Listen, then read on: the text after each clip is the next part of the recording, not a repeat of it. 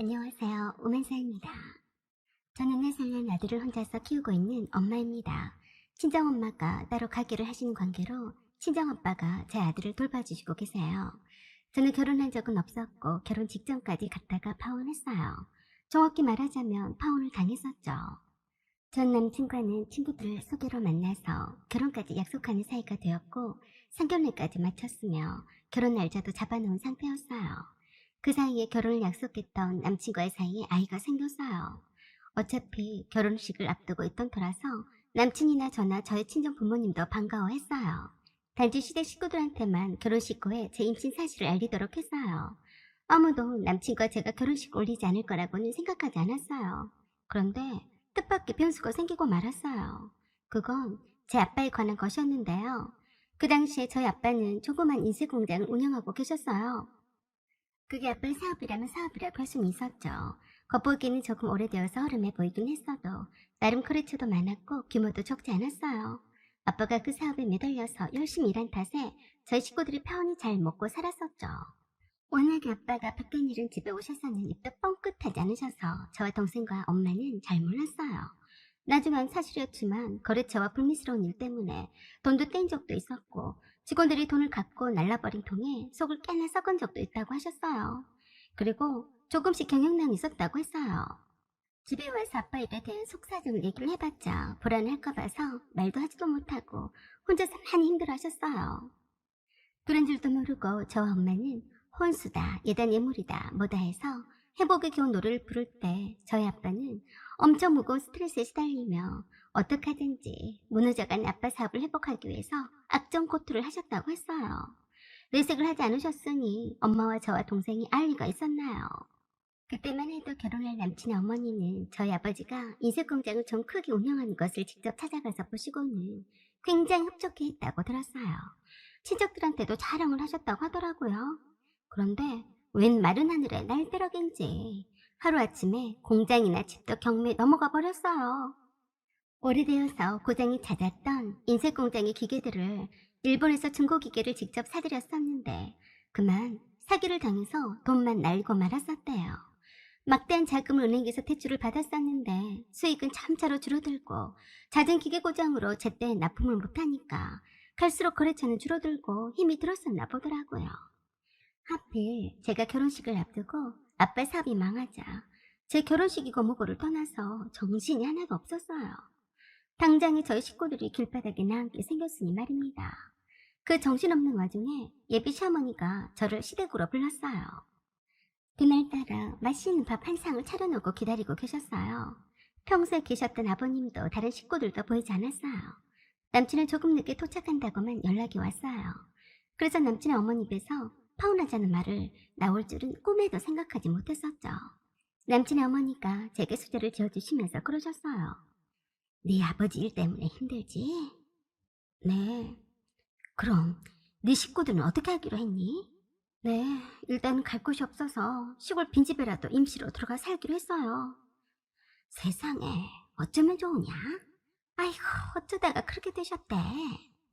저는 깜빡 속았어요. 예비 시모가 예비 며느리를 위로하기 위해서 부르신 줄 착각했어요. 남친 어머니가 하는 그 다음 말에 환상이 깨져버렸죠. 한번 점이라도 보라고 하지 그랬냐? 잘 나가던 사업이 갑자기 망한 것이 이상하지 않니? 네? 글쎄요. 그런 거 볼 여유도 없어서요. 제가 무슨 큰 잘못이나 친 것처럼 주눅이 들어서 찌꺼리만한 목소리로 말했어요. 그랬더니 예비 시모가 연이어서 말을 이어갔어요. 원래 안 좋은 일이 한번 생기면 연이어서 좋지 않은 일이 생기는 법이다. 그래서 말인데 너희들 결혼식은 어떡할 거니? 네, 어떻게 했으면 좋겠어요? 지금 저희 집안이 난리라서 이 상태로는 결혼식을 강행하기가 어렵기는 한 것 같아요. 라고 하자 갑자기 판색을 하시면서 기다리기라도 한 듯이 말했어요. 그렇지? 그래서 말이다. 너희들 결혼은 급한 것이 아니니까 당분간 무기한으로 연기하는 것이 좋지 않니? 네? 무기한으로 연기를 하다뇨. 이 상황에서 어떻게 결혼식을 올리겠니? 내가 곰곰이 생각을 해봤는데 좋은 날을 앞두고 이런 일이 생긴 거는 이건 틀림없이 아니라고 본다. 그냥 네 둘은 인연이 아니라고 생각하고 여기서 그만 헤어져라. 뜻밖의 말씀을 철이도 담담하고 아무렇지도 않게 말씀하시다니 믿기지 않았어요. 가슴이 답답한 게 먹던 밥이 체한 듯 했어요. 어머니, 전 헤어질 수 없어요. 실은 임신도 했어요. 뭐야?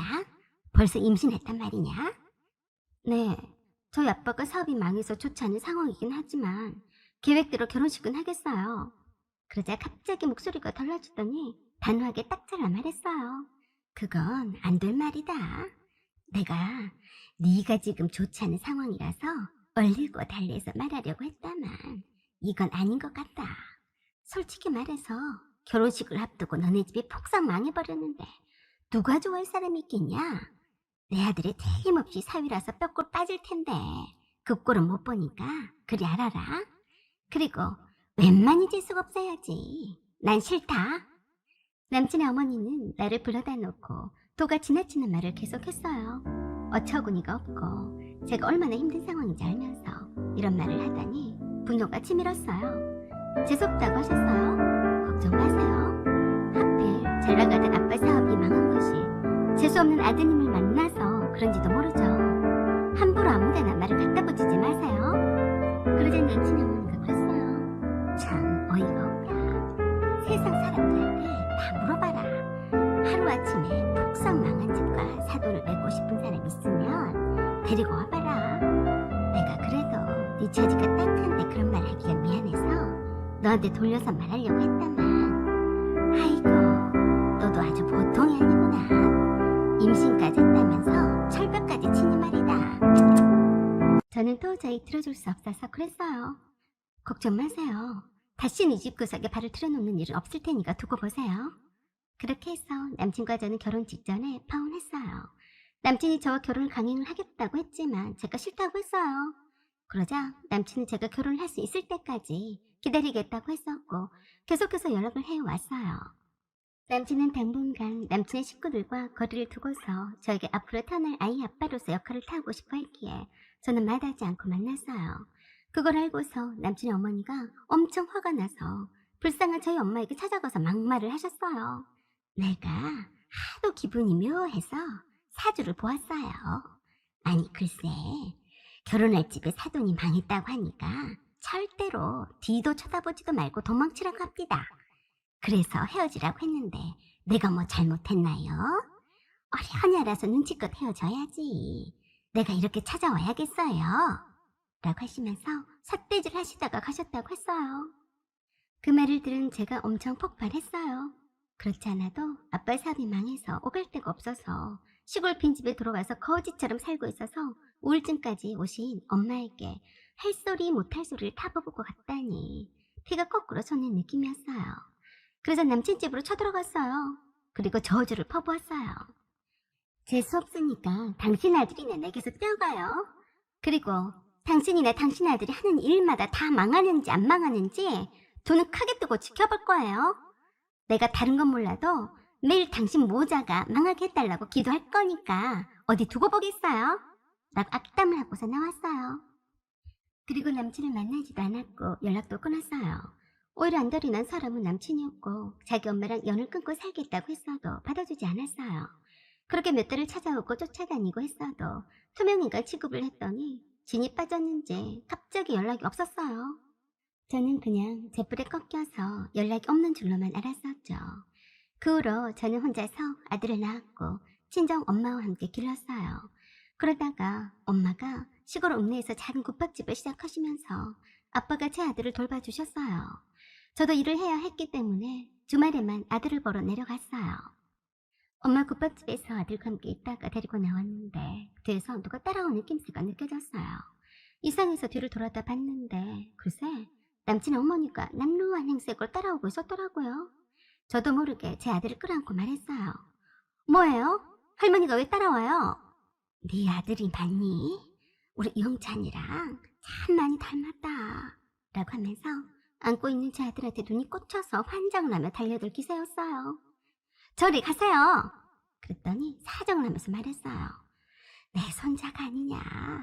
어쩜 저렇게 영찬이랑 똑같을 수가 있냐. 나도 좀 안아보면 안 되겠니?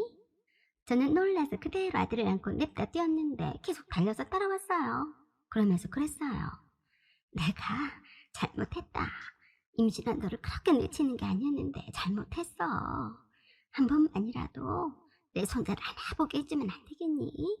라고 하면서 아주 자랑하게 말했어요. 그래서 제가 그랬어요. 미쳤어요? 감히 누구 손자라고 그래요? 전 할머니를 모르니까 저리 가세요. 라고 했더니 아들을 안고 있는 제 팔을 붙들고 놔주지 않으면서 환장을 한 듯이 제 아들을 쳐다봤어요. 그러면서 그랬어요. 너무 그러지 마라. 날 용서해.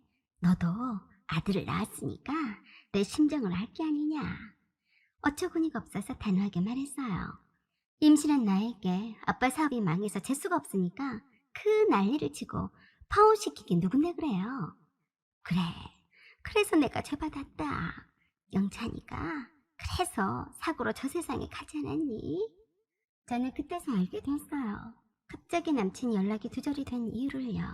어딘가에서 다른 여자를 만나서 결혼을 하고 잘 살고 있겠지 싶었는데 그동안 하늘나라에 가 있어서 그랬다는 것을 알고 저도 적잖이 놀랐어요. 강제로 파혼을 시켰던 남친 어머니가 원망스러워서 대판 싸우고 집을 나섰다가 사고를 당했다고 하더라고요. 그때 충격으로 힘들어하다가 남친 아버지가 남친이 죽게 된 탓을 남친 어머니한테 돌리자 이혼을 하게 되었고 심한 우울증 때문에 함께 살던 딸도 떠났다고 하더라고요. 그리고 몇 달 전부터 제가 아들을 낳았다는 소식에 몰래 숨어서 보러 자주 왔었다고 했어요. 안 됐지만 어쩔 수 없는 일이었어요. 그 말을 듣고 보니까 소름이 돋았거든요. 그래서 저도 제 아들을 지키기 위해서 독하게 말을 했어요. 다시는 내 아들 근처에도 오지 말아요. 재수없는 당신 때문에 내 아들의 아빠도 제명을 못 살았는데 내 아들까지 재수가 옴붙을까 걱정이 되거든요. 잘못했다고 싹싹 빌어댔지만 저도 정말이지 재수없는 남친 어머니라고 생각을 해서 다시는 상종하고 싶지 않았어요. 너무너무 싫은 나머지 부모님을 그 시골에서 나오게 해서 저와 내 아들과 함께 아무도 모르는 곳으로 이사를 해버렸어요. 그 이후로 본 적이 없네요. 제가 말한 저주가 씨가 된 듯이 남친과 남친 어머니가 불행해진 것을 보니까 참 씁쓸했습니다. 사연은 여기까지입니다. 구독과 좋아요 부탁드려요. 감사합니다.